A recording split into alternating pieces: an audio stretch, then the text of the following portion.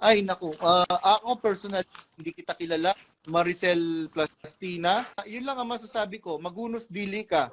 Kasi pagka isang beses pa na nag-report sa akin ng mga kapatid sa Canada, isang timbre lang ng mga kapatid sa Canada, sasabihan ko yung lawyer na Canadian. Actually, nag-o-offer na nga ng asylum sa akin yung lawyer na Canadian. Nag-o-offer na siya ng asylum sa Canada. Gusto ka namin tulungan. We are very much willing to help you. Baka yung nanganganib ang buhay dun sa Pilipinas. Baka yun ang kailangan niya ng asylum. Hindi siya grant ng asylum. Bakit? Kasi siya nga yung utak ng mga money laundering sa Canada. Baka pagka nag-file siya ng asylum sa immigration, instead na i-grant siya ng asylum, ikulong siya. Kaya ngayon, Bonjing, pinaliit mo lalo ang mundo mo. Yung move mo na pinablock mo ko at saka pinaka-character assassinate mo, you are giving me the opportunity to retaliate. Ilang manggagawa na yung nakausap natin. Naku.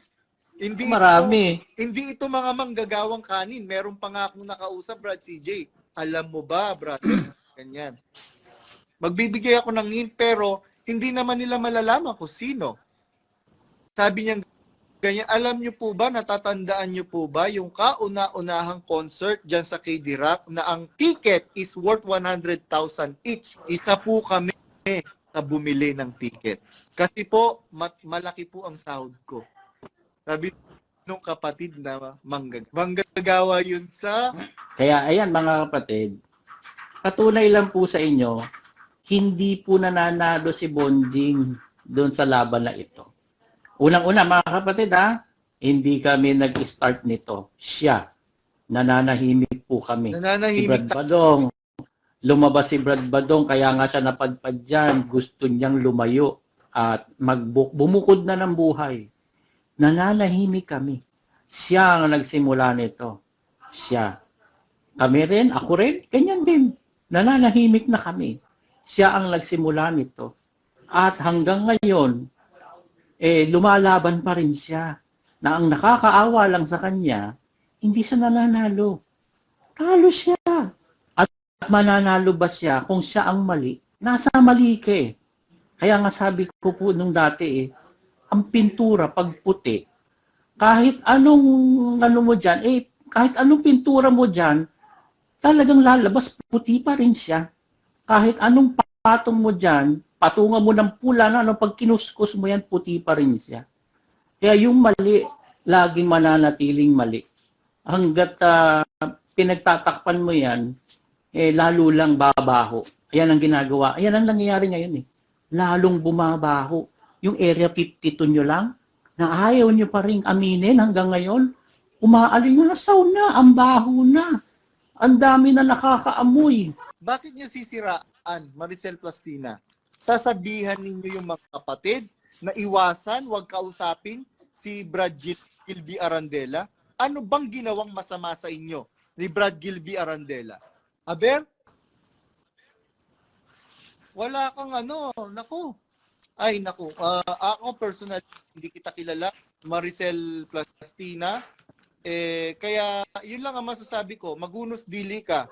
Kasi pagka isang beses pa na nag-report sa akin ng mga kapatid sa Canada, isang timbre lang ng mga kapatid sa Canada, sasabihan ko yung lawyer na Canadian. Actually, nag-o-offer na nga ng asylum sa akin yung lawyer na Canadian. Nag-o-offer na siya ng asylum sa Canada.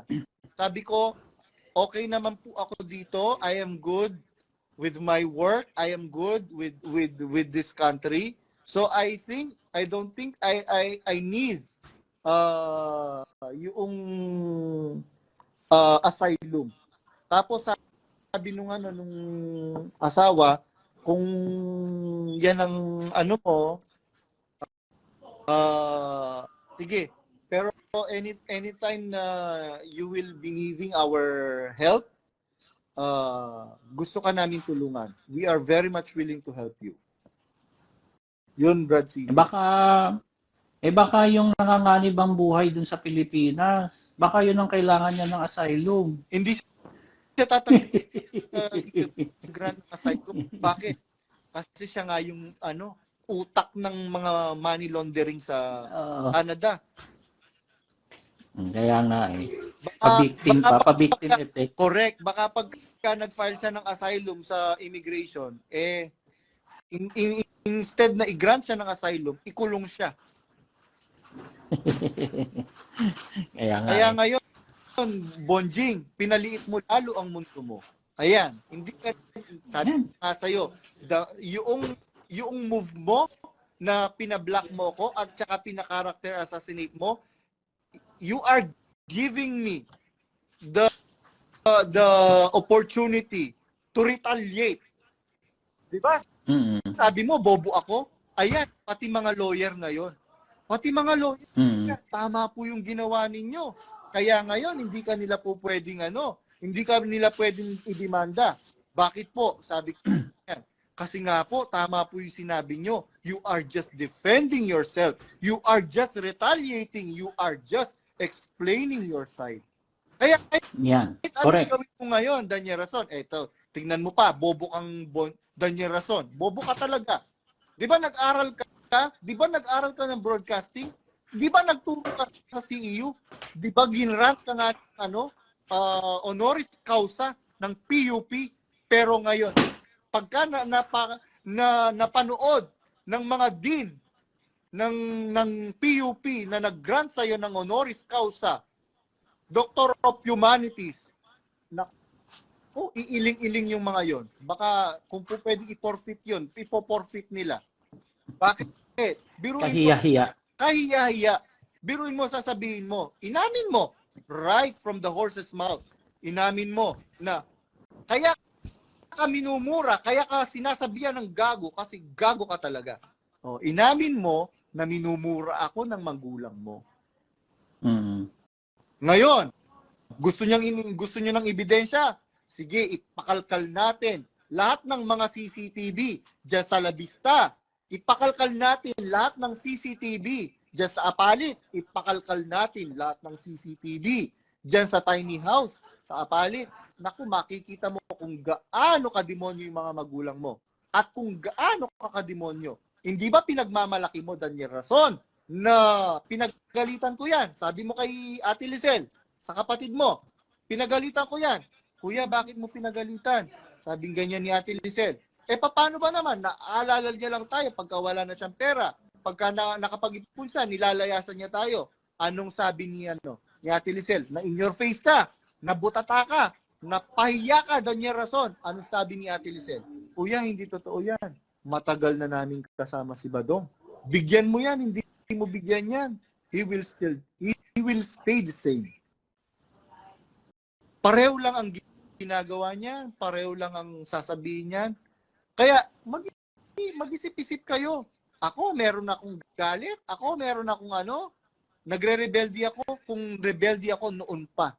The fact na hindi ako rebelde. The fact na nagpapatawad ako, tumagal ako ng 20 plus years.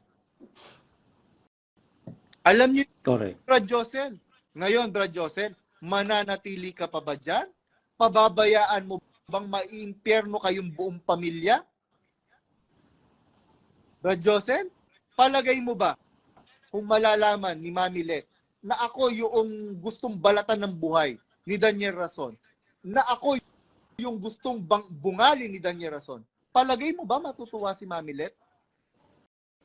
Baka isumpan din ni Mami Let si Daniel Rason. Ayun, Brad TJ. Ayun, napaya si napaya si Bonjing. Kaya nga. Tsaka alam nyo, mga kapatid, sa totoo lang, kung totoo pa, kaya nga lagi ako may disclaimer kung totoo pa na nandyan pa ang Espiritu ng Diyos, kung dati man nandyan nga noon, bakit nag-aalisan ng members? Mag-isip-isip na kayo. Bakit nawawala? At saka Brad umaalis. Brad CJ, yung mga umaalis na mga miyembro ngayon, mga pamilyang mga maayos ang pananampalataya, maayos ang kredibilidad. Hindi ko lang po pwedeng banggitin yung iba, Brad CJ eh. Hindi ko lang Kaya nga, banggitin kasi pag binanggit ko yun, mas maraming mabubuksan ng kaisipan. Ay, at palang ganito, ano, exit na.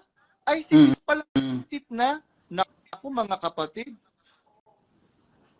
Ay, naku, hindi ko lang sila pwedeng banggitin with all due respect sa kanilang privacy.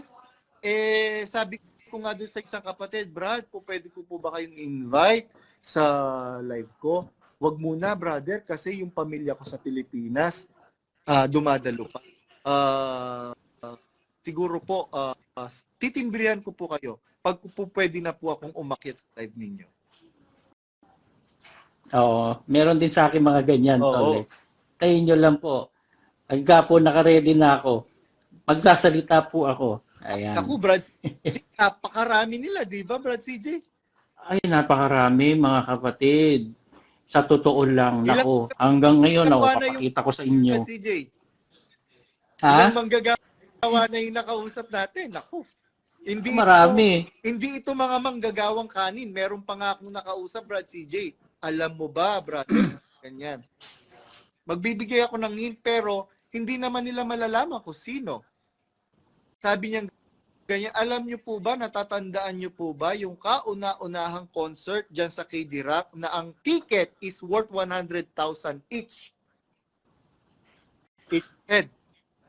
Isa po kami na bumili ng ticket. Kasi po, malaki po ang sahod ko. Sabi nung kapatid na manggagawa. Manggagawa yun sa, sabihin na natin, abroad. Given naman yun, tol eh. Makapagbigay ng ganong halaga, hindi galing sa Pilipinas yun. Nakuha mo na diba? yung ibig ko sabihin doon, Brad CJ. Oo. Pero alam mo yun. Hindi ko lang nakuha mo, alam ko nakuha mo yung yung sinabi kong abroad. Oo. Siyempre. Alam na natin yun. Alam na natin.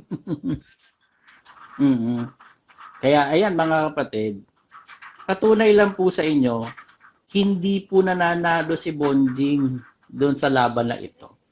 Unang-una mga kapatid hindi kami nag-start nito. Siya.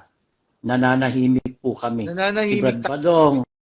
Lumabas si Brad Badong, kaya nga siya napadpad dyan. Gusto niyang lumayo at bumukod na ng buhay. Nananahimik kami. Siya ang nagsimula nito. Siya. Kami rin, ako rin, ganyan din. Nananahimik na kami. Siya ang nagsimula nito. At hanggang ngayon, lumalaban pa rin siya. Na ang nakakaawa lang sa kanya, hindi siya nananalo. Talo siya. Kitang-kita naman natin, it is very evident. Mananalo ba siya sa panig ng Diyos? At mananalo ba siya kung siya ang mali? Correct. Nasa mali ka eh. Kaya nga sabi ko po nung dati ang pintura pag puti, kahit anong mo dyan, kahit anong pintura mo dyan, talagang lalabas, puti pa rin siya. Kahit anong patong mo dyan, patungan mo ng pula na, pag kinuskus mo yan, puti pa rin siya. Kaya yung mali, laging mananatiling mali. Hanggat pinagtatakpan mo yan, lalo lang babaho. Ayan ang ginagawa. Ayan ang nangyayari ngayon Lalong bumabaho. Yung Area 52 nyo lang, na ayaw nyo pa rin aminin hanggang ngayon, umaaling na sauna, ang baho na. Ang dami na nakakaamoy. Maraming mga nagising dyan sa Area 52 na yun Naku, Brad CJ. Sabi ko nga, Brad CJ, naku, yung mga manggagawa dyan sa abroad, baka yung mga anak ninyo, closet na din. Huwag kayong pakasiguro. Kung hatul-hatulan ninyo yung mga kapatid na nag-i-exit, parang napakasama. Dahil may mga tanong lang dyan sila sa Area 52 na yan. Baka yung mga anak ninyo, huwag kayong pakakasiguro mga manggagawa dyan sa abroad. Hindi na ako magme-mention kung which part sa ibang bansa. Pero tinitiyak ko sa inyo, mga anak ninyo, closet na. May nabasa Sinabi ko, ako dito, mga, tol, sabi. mga. May nabasa ako rito, ang sabi raw ay tinitiis yung kalikuan. Yun ang sinasabi daw doon sa loob. Alam niyo mga kapatid, hindi tinitiis ang kalikuan, ang tinitiis gumawa ng masama. Titiisin mong gumawa ka ng masama, huwag kang gagawa ng Ang bobo masama. nga, Brad, CJ. Hindi yun. Sabi nga ng Diyos, di ba? Hindi ko titiisin ang kanilang kalikuan. Bobo! Bobo mo ni Rason. Napaka-bobo mo. Kung ang Diyos nga hindi matitiis yung kalikuan, Diyos na yon na makapangyarihan sa lahat. Kami pa kaya na tao? Pero then again, mga kapatid, still, nasa dead end na siya eh. Ang only solution sa sinasabi kong argument, umamin na lang siya. Hindi rin siya pwedeng umamin. Bakit? Lalong nawala yung mga member. Lalong mawawala. At lalabas ngayon itong mga iba pang magiging kaso niya ngayon. Yung mga labor exploitation, etc. etc. Domino na yan, tuloy-tuloy. Kaya talagang pagmamatigasan na lang niya yung pagsisinungaling niya.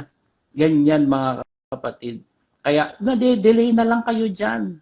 Habang naghihintay kayo ng iba pang mga signs, wala na kayong kailangan pang hintayin signs. Nandiyan na lahat, sobra-sobra pa. Overwhelming na yung ginagawa na kasamaan niya ng pagtatago at pagtatakip. Baka Brad CJ, ang gusto nilang makitang sign, yung magpababa na ng apoy si Daniel Rason. Mga kapatid, wag niyo na pong hintayin. Kasi nagliliyab na nga siya sa galit, oh. Hindi niyo napansin, kada pagkakatipon, nandiyan yung apoy. Lagi na lang galit na galit kay Brad Badong. Wag na kayo maghintay na magpababa ng apoy. Bumaba na po yung apoy. Ayan na. Nagbabaga sa galit. No, Kaya ayan. nga, Brad CJ, mukhang palaka na puyat eh. Mukhang palakang puyat na hindi pa nakakakain ng isang taon. Ayan, meron pa ako nabasa dito. Gusto po ni Arman lumabas na raw mga closet para di na istorbo sa game plan nila. Yan, kaya nga mga kapatid, you're all just part of a game plan. Lumabas na kayo. Oo, Brad CJ. Baka magulat ka, Rodel Mangiliman. Baka magulat ka kapag ka naglabasan yung lahat ng mga closet. Baka pati asawa mo closet na pala. Oh. Yun. O kayo mga KNP, TP. Ano mo ba? Palagay mo ba? Mabubuhay ka ba na wala si Slanlan? Hindi. Kaya ka nga na nakakalbo, di ba? Kakasabunot sa'yo ni Slanlan? O, alam mo na ibig sabihin ko nun. Kanino galing yung salita na yon? Kanino galing yung salita na yon? Kay Daddy. Kaya ka nakakalbo dahil kakasyabu. Sabi ko, Daddy, di po ba bawal sa ating magsyabu? Hindi, kakasyabunot. Kakasyabunot ni Sidlanlan. Yan. Kaya ang dami kaya nga, diba? Natutunang kalokohan dun kay Daddy. With all fairness naman, si Daddy, mahal ako nun. Mabait naman yon. Compare, ha? Don't get me wrong.